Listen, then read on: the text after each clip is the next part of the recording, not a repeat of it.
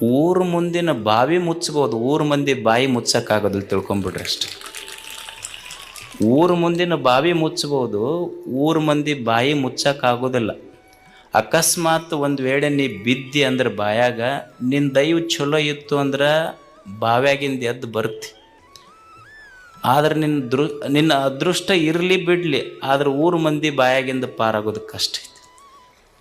ಅದಕ್ಕೆ ಮನುಷ್ಯ ಊರು ಅಂದಮೇಲೆ ಒಂದಿಷ್ಟು ಆಡ್ತಿರ್ತಾವೆ ಅಷ್ಟೇ. ನಾ ಭಾಳ ಸಲ ಇದನ್ನು ಹೇಳ್ತಿರ್ತೀನಿ. ಏನಂದ್ರೆ, ಈಗ ನಿನ್ನೆ ಮೊನ್ನೆ ಅಡುಗೆ ಮಾಡಿರ್ತಾರೆ ಮನ್ಯಾಗ.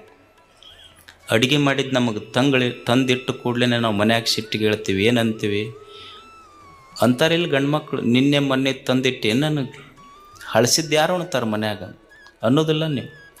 ಏನಾಗ್ತೈತೆ ಉಣ್ರಿ, ಏನು ಒಂದು ಸಮಸ್ಯೆ ಏನು ಅಲ್ಲ. ನಿನ್ನೆ ಮೊನ್ನೆ ಮಾಡಿದ ಹಳಸಿದ ಅಡುಗೆ ಉಂಡ್ರೆ ಹೊಟ್ಟೆ ಕೆಡ್ತೈತೆ ಅಂತ ನಮಗೆ ಗೊತ್ತೈತೆ ಇಲ್ಲ.